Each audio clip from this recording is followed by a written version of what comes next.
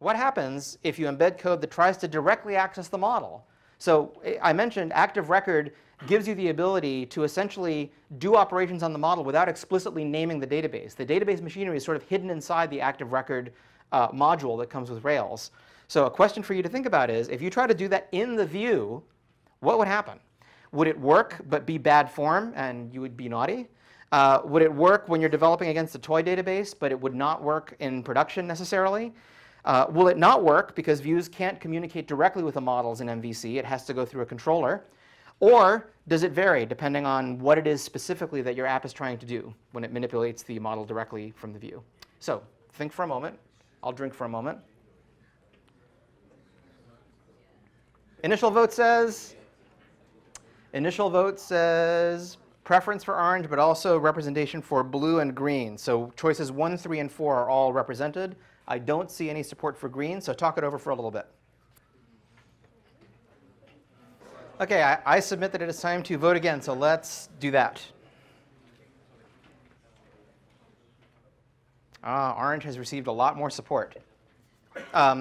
Just to prove that I'm not staging anything, I'm going to go through in a totally different random order. 2, 3, 4, 1.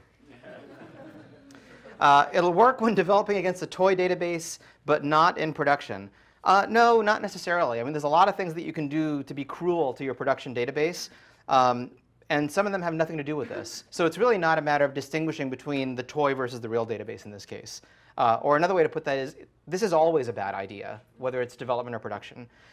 It won't work because views can't communicate directly with models. Remember that whenever you make architectural choices, it's very rare that the framework you're using will be so draconian that there's absolutely no way to escape the architectural choices. You can always exercise bad habits. So a model view controller says that in a properly architected MVC app, it should be the case that views don't communicate directly with models, but there's no machinery that will explicitly stop you from trying to do that. It's the enough rope to hang yourself philosophy. Behavior varies depending on the app? No, it doesn't vary depending on the app. It's just always a bad idea. This will work. You can do this. And in fact, you could argue that many PHP apps do exactly this.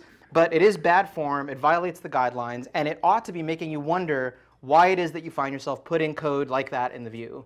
What is it that the view is doing that is so important that it needs to talk to the model directly? If it's that important, why isn't that code already part of the model? So those are the kind of things that you should be asking yourself.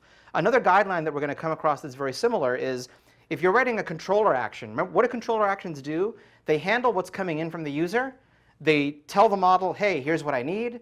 And then they make that data available, usually by rendering the data through some kind of a view. That's all they do. That is not a complicated job description. So if you're writing controller methods and they're more than like 5 or 10 lines long, there's a problem, right? There's a real tendency for code to creep into places where it does not belong.